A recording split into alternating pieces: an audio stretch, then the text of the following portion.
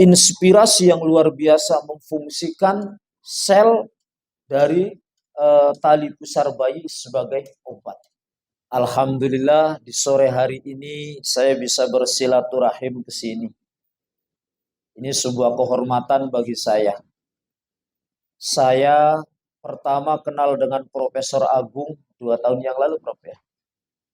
2 tahun yang lalu waktu itu beliau mengundang sejumlah cendekiawan, sejumlah ulama, sejumlah ilmuwan di Rektorat Unisula. Waktu itu saya mewakili NU Jawa Tengah. Yaitu waktu itu beliau meminta kepastian hukum hasil bagaimana membuat obat dari sel darah tali pusar bayi. Ya, Prof gitu ya. Itu waktu itu saya tulis itu makan langsung hasil saya waktu itu masuk di opini, Prof. Opini koran Tribun Jateng itu masuk koran Tribun Jateng. Terus juga di website PBNU online itu masuk. Nah, itu tentang hasil diskusi saya dibentuk dalam opini. Saya waktu itu termasuk satu-satunya orang yang mengatakan halalan thayyibah kepada produk hasil yang diteliti oleh Profesor Agung. Lebih jelas baca saja di Google biar jangan buka-buka. Maksudnya di Google tulisan saya yang mengkomentari tentang hasil penelitian Profesor Agung itu ada di Google. Nasrullah Afandi. Nah, apa yang ingin saya katakan? Jadi sejak saya waktu itu pertama kali berkenalan dengan Profesor Agung, saya langsung terpesona. Bukan berarti karena beliau lebih ganteng, tampan, mempesona dari saya, bukan. Artinya terpesona itu dengan ide-ide pemikirannya, dengan ide-ide gagasannya, bahwa luar biasa beliau ternyata punya inspirasi yang luar biasa memfungsikan sel dari tali pusar bayi sebagai obat. Itu kita tepuk tangan dulu untuk Profesor Agung.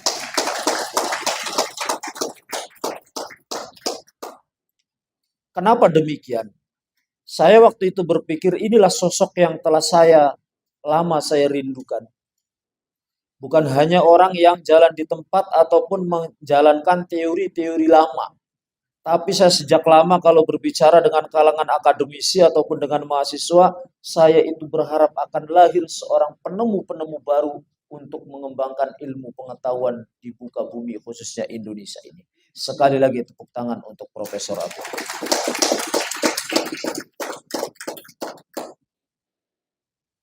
Bapak-bapak, ibu-ibu yang dirahmati Allah. Cukup segitu saja ya. Sini saya begini. Saya ingin tadi dari panitia pengajian ini sempat WA minta topik bagaimana motivasi dalam tinjauan Islam biar termotivasi untuk melakukan riset-riset ataupun pengembangan. Saya akan memulai pengajian ini yaitu dengan mengutip opini seorang sastrawan besar dari negara Mesir yang bernama Ahmad Syauqi. Dia bergelar Amirus Syu'ara ataupun rajanya para sastrawan. Ini patut untuk saya sampaikan di gedung ini. Yang rencananya insya Allah jangka panjangnya rumah sakit ya Prof. Agung. Amin Allahumma amin. Kita doakan lagi bulan puasa ini. Orang puasa doanya kabul. Ahmad Syauqi seorang sastrawan besar itu mengatakan demikian. Ini motivasi. An-nas sinfani. Manusia itu ada dua macam. Pertama, mauta fi hayatihim. Wa akhirun bi batnil ardi ahya. Manusia itu ada dua macam. Pertama manusia yang fisiknya masih hidup tapi dia seperti orang sudah mati. Tidak memberikan manfaat apa-apa. Contoh apa? Anak pang, preman, di terminal, di perempatan-perempatan, fisiknya masih hidup tapi dia bagaikan orang yang sudah mati. Sama sekali tidak bisa memberikan manfaat apa-apa kepada lingkungan. Bahkan kepada dirinya sendiri sudah tidak bisa memberikan manfaat. Bahkan kadang lingkungan Masyarakat sekitar berharap semoga orang itu cepat mati. Karena memang justru hidupnya itu menjadi beban. Yang kedua apa? Wa akharun bi batnil ardi ahya. Fisiknya, jasadnya sudah puluhan tahun bahkan ratusan tahun dikebumikan, tapi dia masih dirasakan hidup oleh orang yang masih hidup. Contoh paling sederhana Ibnu Sina. Ibnu Sina atau dalam bahasa Eropa Avicena dengan magnum opus karya terbesarnya itu aslinya Qanun kedokteran, itu aslinya itu kitab berbahasa Arab Profesor Agung. Al-Qanun fit Tib. Saya punya kitabnya walaupun saya bukan mahasiswa Fakultas Kedokteran. Karena dulu sempat membaca biografi Ibnu Sina. Itu merupakan Al-Qanun fit Tib, itu 5 jilid. Itu aslinya kitab berbahasa Arab yang diterjemahkan dalam berbagai bahasa seluruh dunia. Pasti kalau orang Fakultas Kedokteran baca buku-buku karangan Ibnu Sina. Ya apa tidak? Ya Prof. Walaupun saya bukan mahasiswa kedokteran. Saya dulu cita-citanya asalnya pengen jadi dokter. Tapi malah sama orang tua saya suruh belajar ngaji. Akhirnya jadilah bersarung. Walaupun gelar saya doktor. Apa itu contohnya? Ibnu Sina itu adalah bibatnil ardi ahya'un. Fisiknya sudah dikuburkan tetapi masih dirasakan hidup karena dia meninggalkan hasil riset, hasil penelitian bidang ilmu kedok. Ini saya membayangkan sekarang Profesor Agung dengan apa penelitiannya ini, apa namanya Prof? Disingkatnya itu Cok. SCCR. Nah, stem cell and cancer research. Tapi maklum lidah lagi puasa jadi agak gimana. Apalagi harus perjalanan 2 jam dari Jepara ke sini. Saya bayangkan, inilah Profesor Agung. Mungkin nanti 200 tahun lagi Profesor Agung atau 100 tahun lagi mungkin fisiknya sudah dikuburkan. Ya, Prof. Sekarang sudah 60 ya, Prof. Berarti 50. Kalau 100 tahun berarti umurnya Profesor Agung 150 tahun. Amin Allahumma. Mbak saya, kakeknya istri saya tuh umurnya Jepara tuh Kiai Hasbullah 125 tahun. Orang dulu kan umurnya panjang. Apa yang ingin saya katakan? Nanti 100 tahun lagi mungkin jasad Profesor Agung itu sudah dikuburkan. Tetapi dia masih dirasakan hidup oleh orang-orang yang merasakan manfaat dari hasil penelitian Profesor Agung ini. Amin Allahumma. Itulah sama seperti penemu listrik, Thomas Alva Edison, para penemu mobil dan lain sebagainya. Fisiknya sudah dikuburkan tapi masih manfaatnya dirasakan oleh orang yang masih luar biasa tidak. Itulah. Saya kemarin ketika ini dari nurani yang paling dalam, ketika pertama kenalan Profesor Agung saya itu, karena sejak lama saya kalau sering karena saya ngisi di kampus-kampus di mahasiswa-mahasiswa baru apa. Termasuk kemarin juga saya di Unisula kan Prof ya. Jadi seminggu yang lalu. Mahasiswa Fakultas Teknik, Fakultas Psikologi dan itu pembukaan pesantren mahasiswa. Saya akan selalu memotivasi begitu. Apa maksudnya? Kita hidup itu harus punya obsesi, harus punya inspirasi yang setinggi-tingginya. Kalau dokter cuman jadi dokter umum biasa sudah banyak. Kalau dokter ini biasa, tapi kalau begitu menemukan suatu hal yang baru, itulah baru yang luar biasa. Makanya saya cerita sedikit. Saya dulu waktu menggarap disertasi doktor S3. Nah ini nanti nyambung nih Prof, waktu yang saya sampaikan di Unisula. Dulu saya mau menulisnya tentang fikih. Kata pembimbing saya, profesor, kebetulan beliau itu kan ulama internasional, waktu itu menjabat Ketua Persatuan Ulama Internasional. Dia bilang begini, Nasrullah kamu dari Indonesia kuliah di Maroko mau nulis fikih. Di Indonesia juga UIN Jakarta, UIN Surabaya juga banyak yang menulis fikih. Coba kamu menulis apa yang belum ada di Indonesia. Waktu itu saya namanya ilmu maqasidus syariah. Nah itu salah satu subjudul pembahasan dalam disertasi doktor saya itu adalah ilmu kedokteran dalam tinjauan syariat Islam. Jadi ada disertasi dokter saya dan sekarang alhamdulillah disertasi dokter saya itu udah lagi proses editing, Prof. Insya Allah diterbitkan menjadi buku di alhamdulillah. Tahadus bin. Nah itu, jadi makanya waktu itu saya berani berbicara di hadapan para kiai waktu di Unisula, karena salah satu bab Disertasi doktor saya itu adalah ilmu kedokteran dalam tinjauan syariat Islam. Iya. Jadi makanya waktu itu saya panjang lebar waktu itu kan Prof ya. Itu dulu obsesi saya. Apa yang saya katakan? Kita jadi seorang peneliti, kita jadi seorang akademisi, atau kita jadi seorang dokter, kita jadi ilmuwan, jadi ulama kiai itu, cobalah lahirkan hal-hal yang baru. Hal itu biar memberikan pencerahan sekaligus motivasi kepada generasi baru. Tapi jangan berpikir nambah istri baru. Nah, yang ketawanya paling kenceng itu tuh berarti dalam hatinya tuh ada itu. Itu satu. Jadi betapa saya membayangkan ini kan termasuk hal yang baru di Indonesia kan, Prof. Satu. Yang kedua adalah bahwa apa yang kita laksanakan ini itu bisa menjadi berpahala, bisa menjadi dosa. Apa maksudnya? Tergantung niatnya. Nah, orang ibadah sholat saja, orang sedekah itu kan adalah asalnya ibadah ya. Tapi kalau niatnya salah akan mendapatkan dosa. Dosa ria, ingin disanjung sesama manusia. Begitu juga orang riset mengembangkan ilmu kedokteran. Kalau kita niat bismillahirrahmanirrahim. Saya riset ilmu pengetahuan untuk niat mengembangkan ilmu pengetahuan demi menjaga kesehatan manusia, demi menjaga, menyelamatkan nyawa manusia, itu otomatis sudah menjadi ibadah. Beda, saya riset biar saya ini disanjung, dipuja sama orang. Nah, niatnya sudah lain. Saya riset biar para perawat-perawat yang cantik jelita mau jadi istri saya yang kedua dan ketiga, itu sudah niatnya niat lain. Apa artinya? Jadi setiap hal riset ini kita landasi adalah dengan ikhlas lillahi ta'ala. Makanya kenapa saya katakan demikian? Adalah Imam Asy-Syatibi.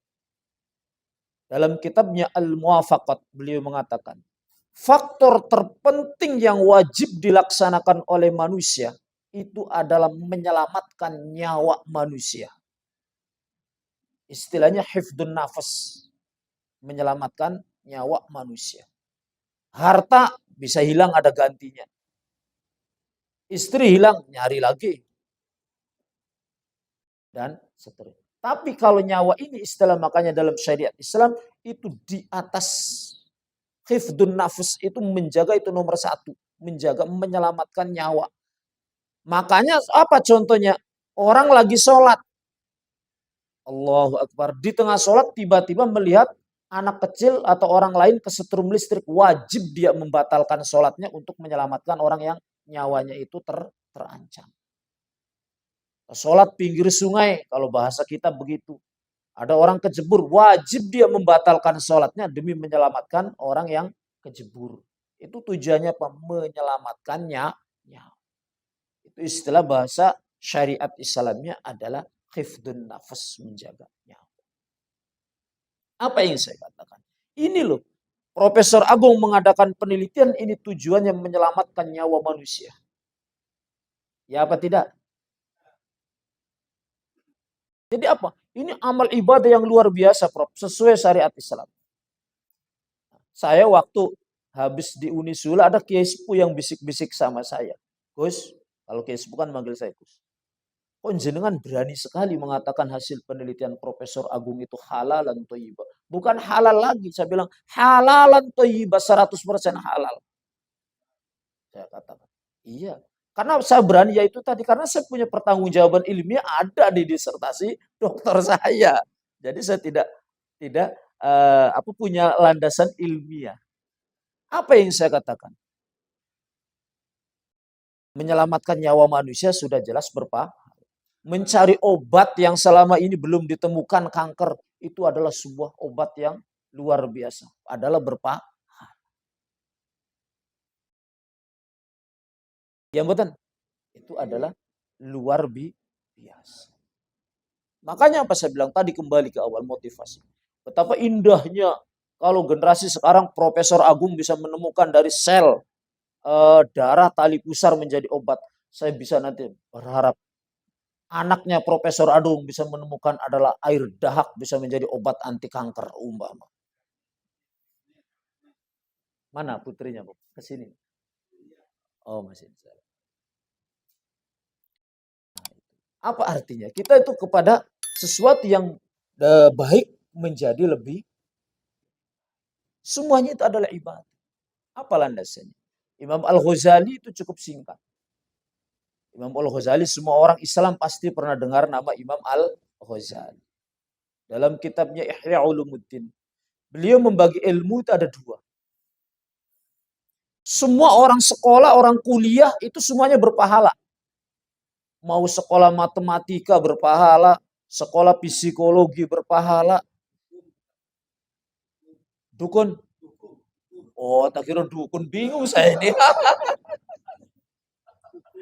Ayo, pokoknya apapun orang sekolah itu berpahala. Apapun jurusannya, mau jurusan sastra atau apa. Tetapi, kata Imam Al-Ghazali, ilmu itu dibagi menjadi dua kategori.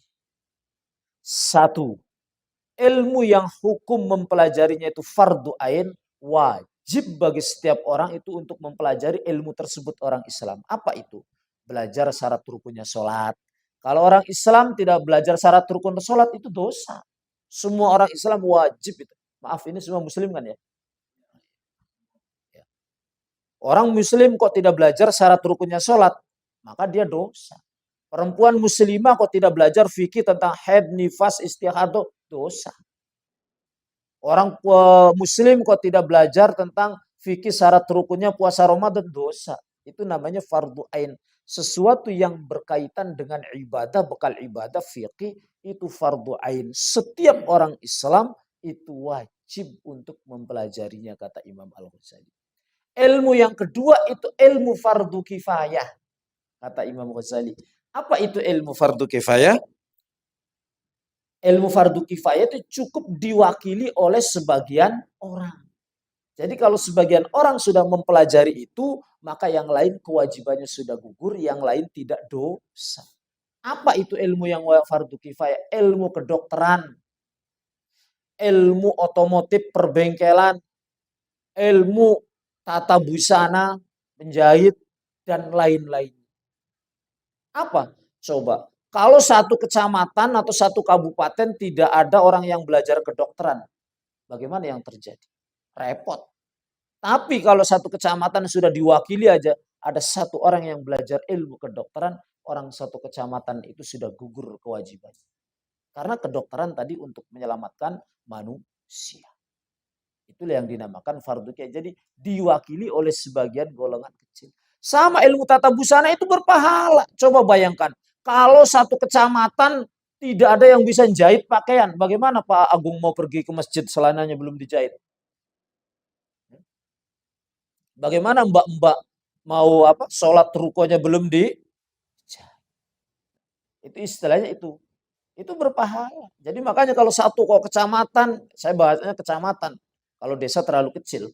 Kecamatan ada satu orang saja yang menjadi tukang jahit pakaian, itu sudah gugur kewajiban. Coba kalau satu kecamatan, dua kecamatan tidak ada tukang jahit, bagaimana orang mau sholat pakaiannya belum dijahit? Ya Pak Dokter Raka, mana Pak Dokter Raka? Nah, ya. Kalau Pak Dokter Raka nggak ada, nah repot. Kalau nggak ada tukang jahit, tidak ada orang jualan pakaian jadi. Orang pakaian jadi juga tetap membutuhkan tenaga tukang jahit. Begitu juga dan seterusnya. Ini menandakan apa? Perbengkelan. Kalau satu kabupaten tidak ada bengkel, tidak repot. Orang mau belajar mengajar, sekolah itu ibadah kan. Pergi ke masjid juga butuh kendaraan. Nah kalau mau ke masjid kendaraannya rusak. Makanya jadi bengkel pun diniati ibadah, menolong orang, membantu orang itu akan mendapatkan pahala.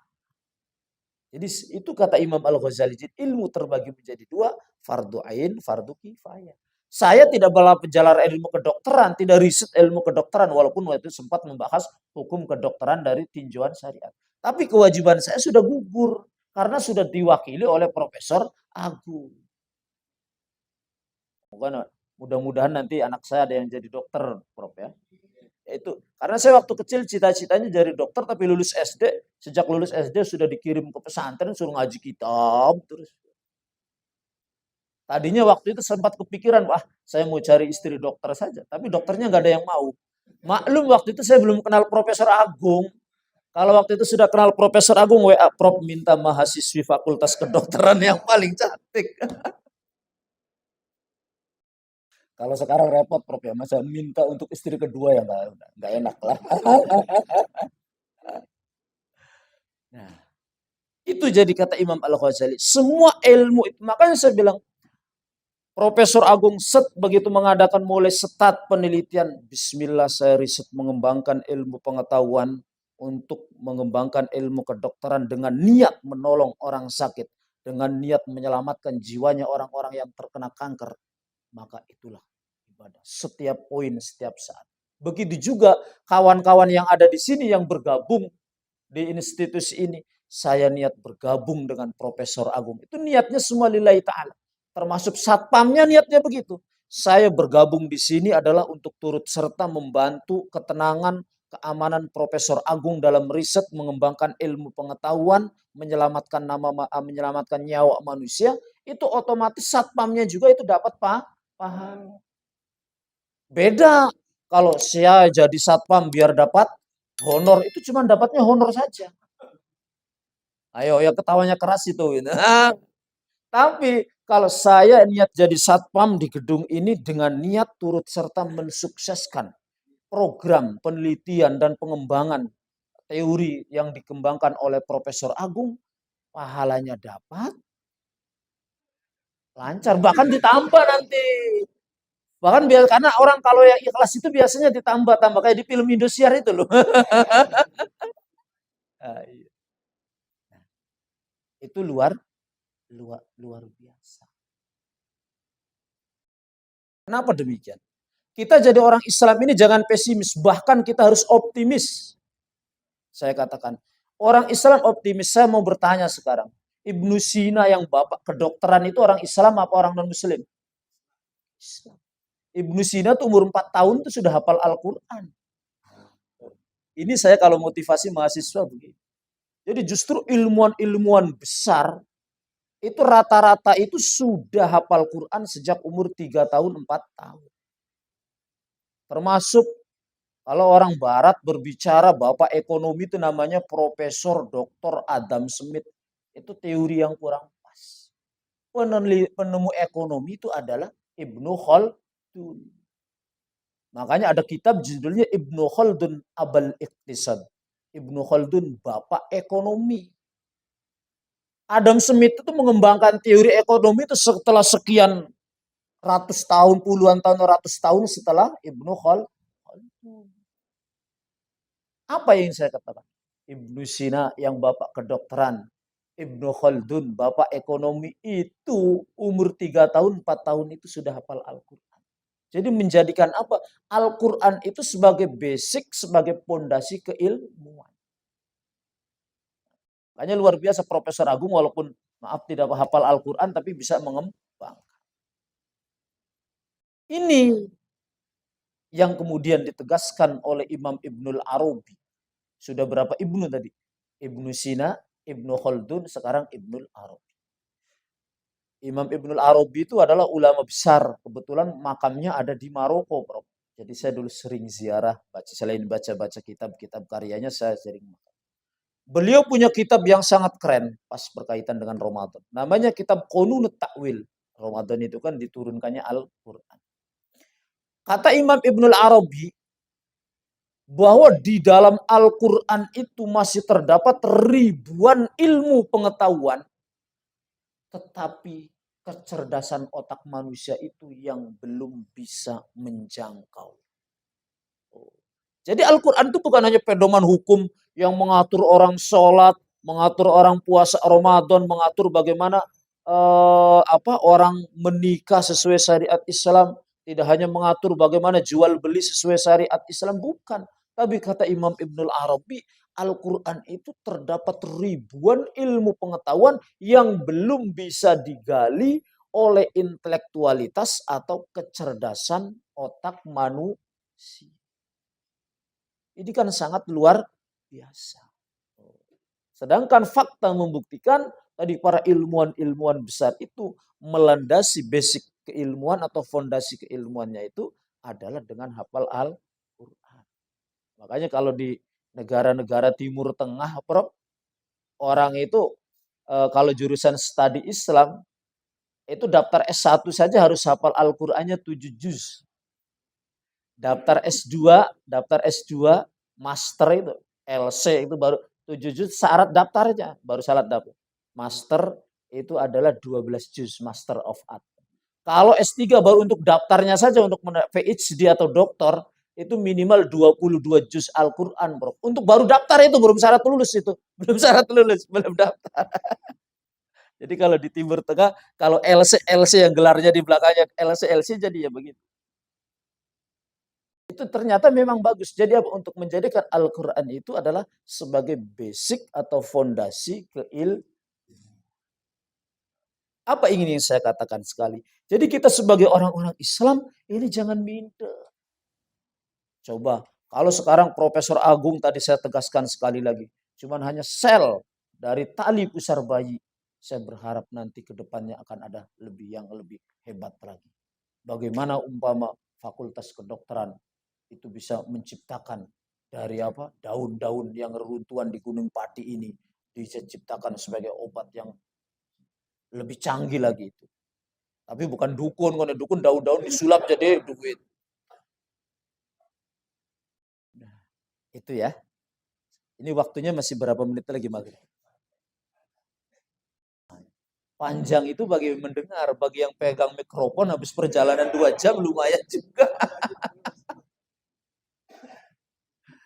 Nah, itu ya.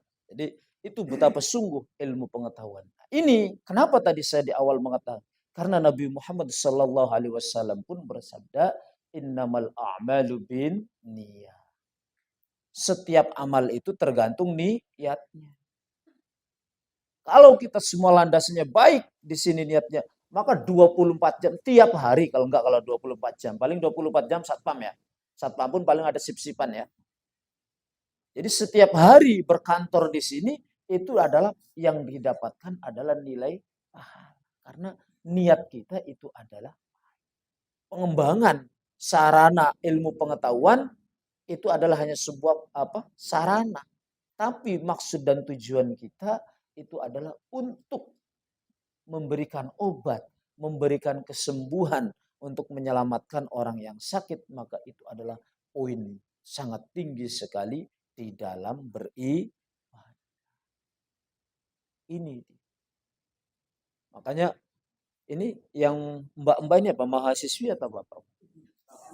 Oh, staff. Oh, para peneliti. Berarti udah dokter-dokter semua. Luar. Oh, luar biasa. Masih ada yang jomblo, Bro. Oh, soalnya saya bawa santri 2 itu masih jomblo. Bukan untuk saya, untuk santri saya. Wah, ini jadi sudah pada master-master luar biasa ya. Kita aplaus dulu untuk mbak-mbak ini. Kalau yang ini, yang mas-mas sama juga. Ya, kita tepuk tangan kedua untuk yang mas-mas. Ini luar biasa. Ini anak kader-kader ideologis. Saya berharap dari kawan-kawan yang mas-mas mbak-mbak ini masih pada jomblo ya. Maksudnya kalau sudah nikah kan tak panggilnya ibu gitu loh. Kalau sudah nikah tak panggilnya bapak. Kalau jomblo kan mas-mas mbak-mbak. Itu lebih berobsesi, lebih tinggi lagi dari apa yang sudah yang sudah diciptakan ataupun ditemukan oleh Profesor. Tadi di permulaan makanya saya sudah menjelaskan semacam itu. Agar nanti suatu saat jasad kita terkubur, apa hasil riset, hasil penelitian kita masih dirasakan manfaat. Mungkin ini di awal tahun 2003 bangunan ini masih segini, tapi 100 tahun lagi kalau Profesor Agung sudah wafat mungkin bisa lagi 10 kali lipat ini. Kan berkata banyak bukan anak biologis tapi anak ideologisnya kan sangat itu yang perlu kita terapkan. Jadi intinya apa? adalah pertama dalam setiap melakukan hal itu dilandasi dengan poin nilai ibadah. Dan yang kedua, kita harus punya pijakan, obsesi, cita-cita yang setinggi-tingginya. Makanya kata pepatah Arab, himmatur rijal fauqas sarai. Cita-cita seorang laki-laki itu harus digantungkan di atas bintang Soraya. Bukan di atasnya Mbak Soraya, bukan. Tapi di atasnya bintang Soraya. Itu maksudnya apa? Setinggi-tingginya. Kita bercita-cita jadi apa? Bercita-cita jadi menteri kesehatan, jatuhnya jadi direktur rumah sakit kan sudah alhamdulillah. Itulah. Jadi demikian yang bisa saya sampaikan, Prof.